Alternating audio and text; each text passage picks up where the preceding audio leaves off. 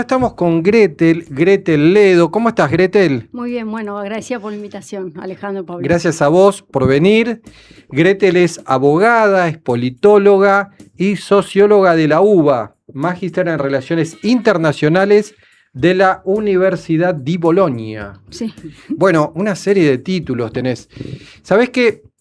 Panorama Político Palermo Online es un programa que busca reivindicar la política, entendiendo a la política como aquella herramienta de transformación social, la institucional, la de los partidos políticos. No nos imaginamos otra manera de cambiar la realidad que no sea a través de la política.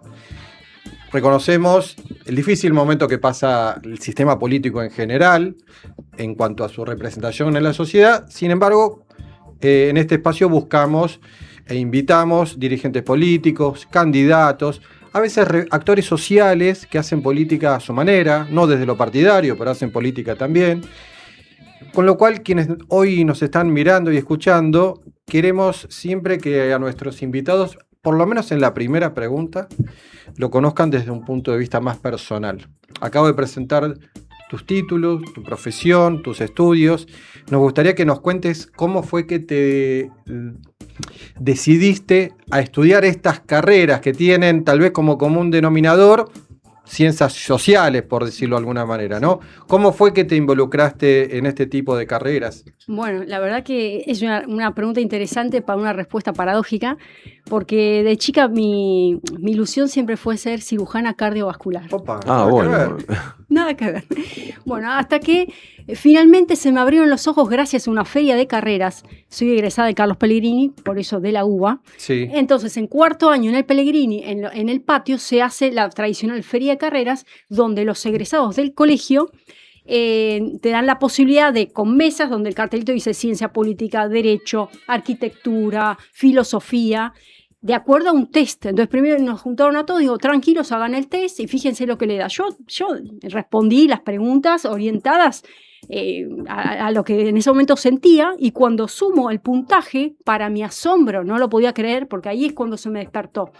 Me da filosofía, derecho, sociología, ciencia política e internacionales. 5. Bien. De esas 5 terminó siendo 4, que son abogacía, ciencia política y derecho, y internacionales con la maestría.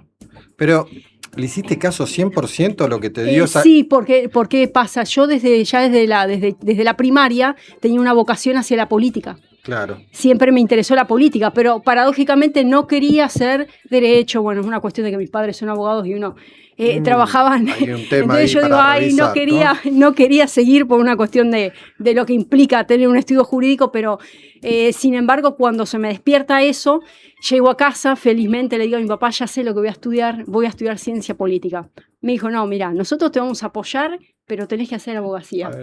Así fue. Qué mal. Bueno, porque ciencia política no contaba en esa época como una carrera, decían, de la vieja usanza, donde generalmente estudiabas arquitectura, ingeniería, abogacía. Y en mi colegio la mayoría de los chicos estudiaron para contador público, ya venía de camadas generacionales, porque Pellegrini tiene, no sé, mi abuela egresada de Pellegrini, contadora. Mi mamá egresada de Pellegrini, contadora. O sea, era un focal más en perito mercantil, mi colegio. Sí. O sea, mi división es más que nada economistas. A ver, el número 1 de la UIA, compañero mío, Diego Coats, egresado, digamos, de mi aula. Estoy queriendo decir que es una camada fuerte de economistas, administración de empresas, contadores, y yo fui la única que seguí derecho de toda la división. Y la verdad que no me arrepiento para nada, la abogacía me dio una herramienta fuerte. Bueno, en paralelo a los 16 años, cuando ya estaba focalizada y tenía esa vocación, dije, bueno, quiero empezar a hacer algo en política. Y mi mamá me decía, no, mira, política en el aula no, vamos afuera. Entonces ahí me empieza a llevar a las reuniones partidarias ya con 16 años. Entonces yo empiezo a hacer mi camino hacia la política y fui pasando por diferentes sectores y partidos, pero siempre creciendo. Empecé más que nada dando clases de políticas públicas en diferentes lugares. No quiero decir acá toda la batería, pero pasé por muchos partidos, más que nada desde mi formación. Dando clases de políticas públicas, después estando al frente de la juventud, y bueno, y después se fueron lanzando a los 25 años, fui candidata a legisladora con 25 años de la ciudad. Y bueno, ¿cómo llegué hasta ese lugar? También paradójico mi vida, ¿cómo llegué hasta esa candidatura? Yo empecé a escribir artículos ya a los 18 años, y un día una de mis columnas la lee Bernardo Neusta. Sí. Entonces me llama por teléfono, suena el teléfono en mi casa a 6 de la mañana, era Bernardo, que me Sí. quería conocer. Así fue la historia. Cuando Sí. terminé los sábados, todos los sábados, hasta que él fallece, bastante tiempo, en los famosos desayunos políticos, donde estaba toda la dirigencia, desde Lili de Carrió, Scioli, hasta los que ustedes se pueden imaginar. Pasaban por ahí y se hablaban cosas importantes, medulares. Y él me empieza como a hacer un change en mi mente, porque yo soy de una formación más de socio de la UBA, política de la UBA, mi biblioteca es más Marx, Lenin, Weber, o sea, me explico cuál es la salida de lo que tengo yo de formación. Y empieza él a darme otra mirada sobre el mercado, la importancia de la iniciativa privada, del rol de las empresas, del Estado, no que sea un Estado raquítico, sino presente en áreas medulares, pero no un Estado macrocefálico. Y empiezo como un poco a delinear mi pensamiento, no tanto Estado, sino un Estado un poco, como decía Oslak, más atlético. Bien. No puede estar el Estado raquítico, el Estado macrocefálico o engordado, si se quiere el welfare state o el Estado de bienestar, el benécere, que ese Estado se quiebra en la Unión Europea.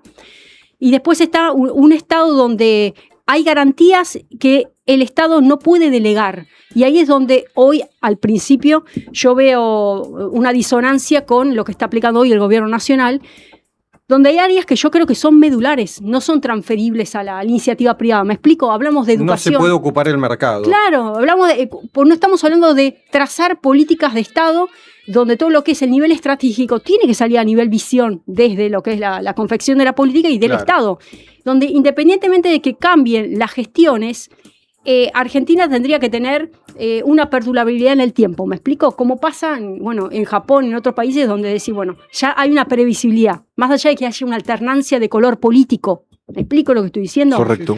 Entonces, ese foco no lo van a dar las empresas. Y no vamos a hablar, la cuestión del efecto de Ramer, spillover o el efecto del mercado en esa bonanza de la iniciativa privada va a generar un bienestar al resto. No, el mercado siempre va a buscar el beneficio. Su rentabilidad. Exactamente. Entonces, ¿hasta dónde esa garantía necesaria para los sectores más desprotegidos o incluso en la clase social, la va a estar, velando por eso el mercado? Ahí es donde yo encuentro una disonancia con lo que hoy está aplicando este gobierno. A ver, es largo explicar, pero llegamos a este extremo por las condiciones del modelo anterior para poder llegar a esta locura de una persona totalmente outsider, de que llegue a la gestión pública como llegó, y donde hoy, fíjense la disonancia, tenemos una economía financiera que camina por un rumbo y la economía real que camina por el otro. O sea, porque hay agujeros hoy. Hoy no cierran los números. Vos tenemos una balanza a nivel exterior que, con un rinde brillante que no es entendible, pero sin embargo, en lo que es el ciudadano de a pie, no repercute en el bolsillo. Esto estamos como otras gestiones que estamos esperando las inversiones, habíamos creado todo el marco y no llegaron a decantar esas inversiones, ¿no? Y ahora un poco está queriendo hacer esto este presidente con crear este marco normativo para que Argentina se transforme en una especie de polo atractivo para la inteligencia artificial. No, pero es lo que él, por lo menos es lo que nos... Yo estoy replicando el proyecto que ustedes saben perfectamente, es el expediente PE, Poder Ejecutivo 193/26, entró por mesa de entradas a fines del mes pasado, por Senado, ¿sí?, para tratar una reforma integral a la 19.550, la Ley de Sociedades Comerciales, y específicamente hay 8 artículos que inauguran esta nueva modalidad de sociedades no humanas, ¿no? Donde ahí ya tenemos a toda la CGT levantada, porque habla todo un... Aclaremos, están las sociedades físicas, las sociedades jurídicas y ahora las sociedades... Sí, nada, este híbrido, ni siquiera híbrido, porque... ustedes saben que tenemos la inteligencia artificial generativa y después, por otro lado, está la inteligencia artificial agéntica, donde los agentes de inteligencia artificial, hay una diferencia. Nosotros veníamos con la idea del prompt, que le tiramos una instrucción, ingresa un input, trabaja la inteligencia artificial y después hay el output. Y vos sos una situación bastante activa porque le vas dando las órdenes y te va dando los cajoncitos que vos le vas pidiendo. Ahora, con la agéntica, vos le das un objetivo de máxima y la dejás trabajando. O sea, es ese agente, como fue una personita, ¿me explico? La dejás trabajando hasta que alcanza ese objetivo medular. Ahora, ¿cómo lo hizo? ¿Cuál es el recorrido? ¿Cuáles fueron las fuentes, los recursos que utilizó? No, ahí hay una elaboración donde la etapa de construcción, de creación imaginativa, productiva, que le pertenece y que es indelegable a la esfera humana, comienza a transferirse a la inteligencia artificial agéntica. Vamos al Vaticano, vamos a lo que dice la encíclica Magnifica Humanitas. Recalca justamente ese rol indelegable que le pertenece a nuestra esencia misma. O sea, estamos con esta migración a la famosa singularidad maquínica, que están por eso los más, que están en toda esa línea, y el Papa está levantando la bandera de ojo, prestemos atención de todo lo que se viene erosionando contra la humanidad. ¿Hoy ya la inteligencia artificial está interviniendo en los procesos políticos de los distintos países? Sí. ¿Electorales? Electorales, sí. Eso está, hay una intervención clara y hay un avance. Acá tenemos bastante dividido. Por un lado tenemos un Estados Unidos que promueve por todos los medios que haya una diversificación, mayores inversiones, de mayor crecimiento de todo este gran polo de Silicon Valley. Y con esa filosofía, los Estados Unidos, no quiero entorpecer tu accionar productivo, entonces no te regulo, que es la política de la desregulación. Esa es la filosofía de los Estados Unidos, ¿sí? Por ese sendero avanza. Ese sendero no solamente lo toma Milei, sino que lo termina repotencializando, inaugurando una ley que hoy es inédita, que es estas sociedades que estamos recién hablando, que es la famosa DAO, las Decentralized Autonomous Organization, o sea, las sociedades descentralizadas autónomas operativas, donde, se abre todo este panorama de dilema ético, moral, y de responsabilidades, porque no podemos trazar la cadena de responsabilidad. Entonces tenemos ese panorama, Estados Unidos, Argentina ahora. Por otro lado, Unión Europea. La Unión Europea dice, no, un momentito, acá tenemos que regular. La Unión Europea se caracteriza por un fuerte basamento regulatorio en lo que es la defensa del Estado de Derecho, los derechos humanos, las garantías. Sí, sabemos toda la historia que tiene en ese peso y en ese marco jurídico. Bajo ese paraguas empieza a trabajar ya hace un par de años esta iniciativa de crear una reglamentación, si se quiere, un marco jurídico, donde le llevó bastante tiempo que todos los estados de la Unión Europea den visto bueno, con muchos atisbos de diferencias. Por ejemplo, Francia y Alemania se unieron en una postura en su momento contraria, diciendo, momentito, si vos me estás exacerbando la regulación, me estás coartando la capacidad de inversiones y no me estás retrayendo la posibilidad de que vengan otras empresas, a desarrollar la inteligencia artificial. Esa fue la postura de Francia y Alemania, porque Francia tiene su propia inteligencia artificial. Ellos quieren trabajar con una inteligencia artificial europea. ¿Me explico? Por otro lado tenemos Italia. Italia tiene una postura bastante fuerte hacia la soberanía de datos. La soberanía de toma de decisiones. Es muy garantista Italia, ¿sí? A esa tesitura de Italia se une España. Son los dos países fuertes que han defendido esta situación de la soberanía. Y después hay otros, Noruega, otros países que, han tenido una situación un poco más híbrida. Finalmente sale este marco regulatorio y establece niveles de riesgo, alto, medio, bajo, a través de los cuales se le cierra la puerta para que no exista un sálvese quien pueda en una inteligencia artificial que puede tomar ciertas acciones arbitrarias que traerían un perjuicio directo al ser humano, ¿no?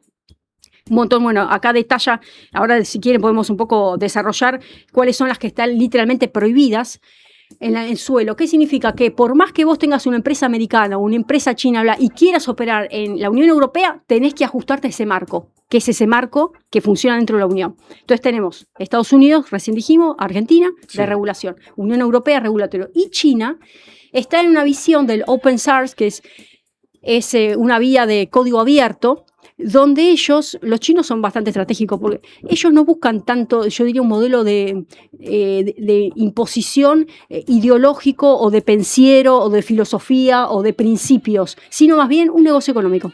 Claro. Con un negocio. Entonces, a partir de decir, yo te desarrollo mi propia inteligencia artificial y te la doy gratis, porque hoy saben perfectamente que están las pagas. Vieron que hay ciertos estándares de paga de hasta ciertos estatus. Hoy por hoy las empresas lo están lanzando de esta manera, pero damos vuelta a página y en un momento se van a seguir cobrando cada vez más este tipo de recursos. China va por lo gratuito. Pero, ¿qué pasa? Baja un ecosistema bajo sus parámetros, sistemas, modalidades. Los usos son de una tecnología propiamente de ellos.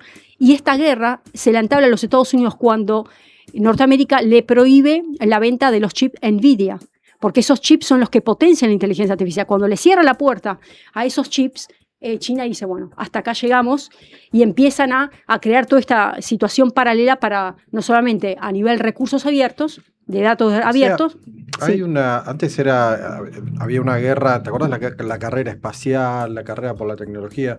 Hoy la carrera es por la inteligencia artificial. Literalmente, porque hoy el que domina la inteligencia artificial hoy domina el globo, porque estamos hablando de, ¿por qué se están peleando? Por la mente del hombre, por la mente del ser humano, porque con esta inteligencia artificial agéntica que recién mencionamos, la capacidad creativa, de innovación, de toma de decisiones con la agéntica, que es la que está planteando Milei en este proyecto, el decisor es ese agente de la inteligencia artificial. ¿Me explico? No es que cae en un ser humano, toma decisiones más. Se reemplaza la idea de cuotas por tokens. Los tokens son las cuotas, son tokens ahora, ¿no? Sin un valor nominal. Entonces, tengo tantos tokens, es tanto poder en la toma de decisiones de ese agente dentro de este mundo, esta nueva corporación que él crea. Con lo cual, como estamos hablando de, primero se nutrieron de la mente humana. La inteligencia artificial generativa se nutre de la mente humana. Ustedes saben que hubo cantidad de rotura de libros, de lomos y todo, porque lo han tenido que escanear cantidades en España. Increíble, hay fotos que han trascendido. Primero se nutrieron de esa información, porque no pueden ser fríos para responderte. Tienen que saber cómo redacta una persona, cómo amablemente se dirige, toda esa creación de la singularidad hacia es más, te ofrece un tono más romántico, un tono más periodístico. Exactamente. Un tono más Pablo Rubín. Entonces, claro, primero arrancaron con me hago de ese acervo humano, ese acervo intelectual. Pero ahora ya está. Nosotros, te dice la inteligencia artificial agéntica, estamos en condiciones de generar nuestro propio expertise y nosotros ya prescindimos. Detrás de todo esto está el Human Plus, ¿sí? La poshumanidad, ¿sí? El transhumanismo. Fíjense cómo se va evolucionando y hay muchas teorías para hablar de todo esto, sobre hasta dónde el ser humano constituye un óbice, un obstáculo para un mundo sano, un ecosistema. ¿Me explico? Lo han dicho, Bill Gates lo ha dicho, acá el problema son los seres humanos. O sea, es trágico lo que estoy diciendo. Sí. Es trágico, pero vamos hacia ese lugar. Pablo, quedaste helado. Hubo una guerra en un momento entre Netscape y Explorer, ¿correcto? Sí. Y ahora la guerra, ¿entre qué corporaciones vos crees que se van a pelear, inclusive militarmente? Literalmente son las americanas y las chinas, literalmente. Europa está en un plano... ¿Está en la B? Sí, está en la B. Y aparte, ellos son muy formalistas, el marco regulatorio. Es más... Estaba revisando ayer proyectos en la Cámara y hay un proyecto, se los digo, que está copiado de la Unión Europea. No vi el diputado que lo presenta, pero está literalmente copiado, alto riesgo, mediano, copiaron el marco de la Unión Europea y lo bajaron acá. Son muy buenos, pero ¿a vos qué te sirve un marco regulatorio cuando después llega el momento a nivel operativo funciona por otro lado? ¿Me explico? Cuando uno está generando un prompt, ese insumo que está ingresando después se apropia, inteligencia maquínica, y estos algoritmos empiezan a trabajar y no te piden a vos permiso. Una vez que vos instalás y bajás en tu celular o en tu computador personal la que vos quieras utilizar hoy, llega un momento donde esa apropiación, y ahí es donde ellos se van haciendo de estas huellas que vos fuiste dejando, después llega un momento... Claro.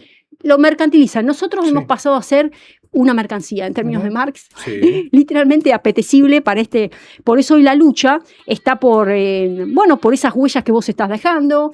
A partir de ahí se despierta toda la cadena, no solamente de consumo, sino informacional. Y también los gobiernos han entrado en una situación de comodidad. ¿Cuál es la comodidad? Y no, pero si esto me lo resuelve este sistema. ¿Para qué yo? ¿Me explico? O sea, hay una cuestión también de connivencia, porque ya no le echemos la culpa a la sociedad civil, al ciudadano de pie. La sociedad política también ha entrado, en esta vorágine donde poco a poco ha perdido la soberanía en la toma de decisiones, porque es más cómodo sentarse, que me lo haga, encabeza todo esto el presidente, desde sus spots hasta sus videos, hasta todo lo elabora, eso ya es otra hoja.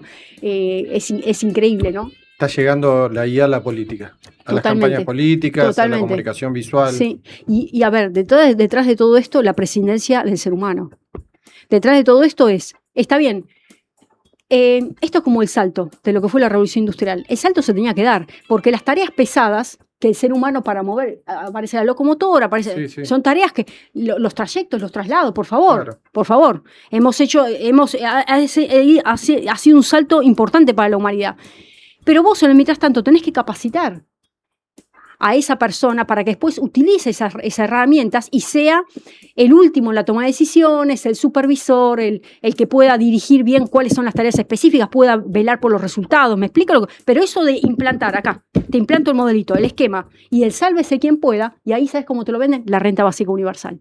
¿Qué es la renta básica? Es la garantía mínima que yo te tengo que dar como Estado para que vos puedas sobrevivir, la supervivencia, ¿me explico? A esa es la filosofía a la que apuntan todo esto de qué hacemos con toda esta gente que decanta y que después no puede ingresar al sistema. Ya está planificado de esa manera, escúchenlo a Elon Musk. Sí, ya lo ¿Y qué va a pasar finalmente a nivel sociológico con toda la gente que quede fuera del sistema? Va a venir la famosa guerra de los clones de Star Wars y va a haber terrorismo contra las redes. Bueno, acá lo que pasa es que acá vos sabés que en Asia dijeron, bueno, vamos a crear humanoides, escucha esto, humanoides o robots para paliar la soledad, para paliar la ausencia de pareja o un anciano, ¿quién cuida al anciano? Porque saben que el gran problema que hay en Asia, ¿no? Porque hay una torta pasiva, aparte hay mucho respeto por los jubilados, los ancianos, pero ¿quién cuida cuando cayó la tasa de natalidad? Sí. Entonces, acá también. Totalmente, pero allá nace con ellos te lo venden con una filosofía, estamos haciendo un bien, ¿qué hacemos con nuestros abuelos? Tengamos un humanoide, tengamos un robot que hace cuidado, ¿me explico? Cuida, digamos, de esa persona. Y después el otro extremo, los jóvenes que dicen, no, el efecto soledad, bla, bueno, ahora salió una publicación donde las chicas le están queriendo cercenar la cantidad de horas porque ya activan su novio digital. Y lo que estoy hablando es paradójico. Entonces ahí, para responderte, se pasó de una especie de fobia social, la fobia al otro, la fobia a la otredad, la fobia a importarme mi prójimo, mi próximo, a gastar palabras, a comunicarte. ¿No? ¿Para qué? Si lo hacemos virtual, ¿no? ¿Para qué? O bueno, mira, le pregunto a la inteligencia artificial, bueno, también reemplazo un médico, no, mira, me lo da de manera más certera este instrumento. Y eso más que nada en la tercera edad o la gente más adulta que a mano dice, no, lo chequeo, ve esta vía y evito el médico, por ejemplo. Entonces, todo esto se potenció del 2020 en adelante. Desde el 2020 en adelante, cuando se inaugura todo esto desde el aula virtual, seminarios, conferencias, contratos de trabajo, transacciones, escrituras, absolutamente todo con esta virtualidad, ya quedaron instaladas las bases para una sociedad virtual, ya potenciando la sociedad líquida. Y a ver, nuestro esfuerzo como humanidad va a tener que decir, quiero volver a ser humano. Y esas tareas que nosotros las hemos dejado atrás, va a haber una añoranza por volver a construirla desde la humanidad, ¿me explico? Porque se está destruyendo a pasos agigantados toda esta, digamos, socialización secundaria. Vieron que está la socialización primaria, ¿no? Que está vinculada con lo que es la familia, después está la secundaria. La socialización secundaria está vinculada al ámbito laboral, al ámbito social, al club, me explico, a los lugares de pertenencia, ámbito académico, los espacios donde uno está. Y eso es lo que poco a poco se ha ido erosionando. Bueno. ¿Y cómo va a ser, esta es una pregunta, cómo va a ser la próxima revolución social contra las máquinas? Bueno, acá lo importante, esto lo hablamos un poco, yo actualmente estoy haciendo una diplomatura en inteligencia artificial en sociología de la UBA, siempre siguiendo la UBA, y siempre hablamos lo mismo, ¿no? La importancia es la construcción de pensamiento crítico. La construcción de pensamiento crítico, para hablar de la rebeldía, primero tenés que generar un despertar cívico en las masas. Porque esto me haces acordar al guión de Terminator, donde vienen del futuro a salvar a O'Connor. Claro. Te hace acordar a la Fede. Más o menos. La pregunta es cómo va a ser la próxima revolución contra las máquinas. Pero por eso, a ver, si vos no despertás los pensamientos cautivos, el cautiverio mental, donde primero arrancó, te lo tiraron, después empieza la chatura, la comodidad. Viste que decís, lo encargo en casa, me llega, viste, por dron, ¿se acuerdan de esa publicidad? Te va a llegar por dron. No sé si la vieron. Sí. Hay un momento, las Smart Cities, de cómo van a ser las ciudades. Entrás y el sensor y ya te pone a cuánto la temperatura, la heladera, o sea, te arma digamos, las casas inteligentes. El dron te llega a domicilio. Entonces, te llegaron tanto a la comodidad que a vos no te dieron tiempo de reaccionar, no te dieron tiempo de pensar. Es como vos lo tomaste como está, lo naturalizaste. Entonces, para vos arrancar un cambio de pensamiento, esa revolución invisible empieza acá, en la toma de conciencia, donde vos podés ver, podés evaluar y podés detectar, esto lo naturalicé. Y como dicen los sociólogos, lo natural no es natural. ¿Me explico? Lo que pasa es que nosotros lo naturalizamos, ¿no? Entonces, cualquier tipo de reversión implica un esfuerzo mental por abandonar ese estado raquítico y plausible de chatura, de decir, bueno, acá me senté, me dejé caer y esperé que el dron venga. Bueno, empieza en esa reversión. Una vez que la ciudadanía se percata de eso, la modificación empieza desde las bases. Vos no vas a esperar que los políticos, que el que está ahora en el Poder Ejecutivo te lo va a cambiar. Porque el tipo está más cautivo que otro, ya con las decisiones que está tomando. O sea, una cosa es que Argentina acompañe, pero en todo caso, dame programas de capacitación, dame programas donde a todas las generaciones se les explique, se los prepare. A nivel laboral. ¿Va a haber trabajos para todos capacitándose? No, a ver. Hay que reubicar la persona en una tarea específica y moverla hacia otra, digamos, con una capacitación, entendiendo pero no dejarla a su abandono. Sí. ¿Me explico? No el reemplazo, no de la cuestión, ¿cómo puedo explicar? Descartable. El descarte social, bueno. Ya lo vemos a diario en la calle, la cantidad de gente tirada que hay. El descarte social ya existe. Sí. Pero a esto se le va a sumar la cantidad de gente que va a ser abandonada por la inteligencia artificial y va a quedar más gente en la calle. Sí, totalmente. Pero a ver, ¿se acuerdan que hace un rato hablamos esta cosmovisión de emisiones de gases de carbono? Todo eso ya no le importa. El gas metano, las vacas contaminan, me como la carne impresa en 3D. Me siguen, ¿no? Todo el razonamiento de todo lo que salió de esa agenda. Y de esa agenda, dentro de la culpabilidad, está el ser humano. El ser humano no está en condiciones de cuidar el planeta en el cual vivimos. Entonces hay un exceso de humanidad. ¿Me entiendes? Es muy deplorable lo que estoy diciendo, pero hay una visión más darwiniana de todo esto, que es el darwinismo digital. Entonces, vuelvo a decir, si no arrancamos la construcción de pensamiento crítico desde la base del ciudadano a pie, no vamos a alertar a la sociedad política y esto va a seguir por decante. ¿Me explico lo que estoy diciendo? Sí. Cada uno desde el aporte que pueda, desde el lugar, que puede ser acá, desde un espacio radial, desde el aporte que uno empieza a generar conciencia, por lo menos explicar. Y en la facultad, ¿cuál es el pensamiento crítico que tienen tus pares? ¿Qué es lo que dicen sobre el futuro de la inteligencia artificial? A ver, esto llegó para quedarse y para potenciarse. Pero lo que un poco nosotros ahora, a medida que generemos este cambio de a poco, estamos intentando tirar, ¿viste? Cuando vas con todo y estás intentando frenar al caballo un poco hacia atrás, ¿me explico? Pero la Unión Europea sentó un precedente. China, bueno, ya desembarcó el 16 de julio con esta reunión que se hizo y Xi Jinping está invitando a esta gran organización intergubernamental, ¿verdad? De la cual obviamente Argentina no firmó. Firmó Cuba, firmó Venezuela, firmó Brasil. Fíjense que Argentina, ¿no? O sea, Argentina que va a firmar, Estados Unidos no firmó, todo lo que es Europa Occidental no firmó. ¿Me explico? Entonces está claro, bueno, la pregunta anterior, el bloque, ¿cuál es la guerra? Estados Unidos y China. Finalmente van a ir a una confrontación bélica inevitablemente. A ver. Esa es, ahí vos que sos una especialista en temas internacionales, la guerra Rusia-Ucrania, Israel-Gaza, Irán, Estados Unidos, ¿es el principio de esa guerra? Bueno, eso como estás hablando, ya estamos hablando de cartas mayores. Porque ya está más o menos escrito de que va a haber toda una guerra contra Israel, donde varias naciones se van a unir contra Israel. Y bueno, cuando ya lleguemos a ese nivel de escalada, va a aparecer una especie de poder a nivel planetario que va a flamear una bandera de paz diciendo encontramos un gran orden global para asentar la paz. Cuando pase eso, Israel se va a percatar de que eso era mentira y bueno, va a empezar, estamos hablando ya de una tercera guerra mundial, o sea, es un nivel que escala a otra dimensión, es largo de contarlo acá. Y después esta semana apareció otra noticia de que el dueño de ChatGPT habían hecho un modelo con su inteligencia artificial, la inteligencia tenía un nombre Sol, y que se les había escapado hacia la red de internet. Claro, no porque, si porque también hay un punto donde ahí es donde lo que estamos hablando, por eso la Unión Europea está poniendo ojo. Y en eso hay que darle chapó, ¿viste? Porque llega un momento donde ellos tienen la filosofía, esta inteligencia artificial agéntica, de autopreservarse.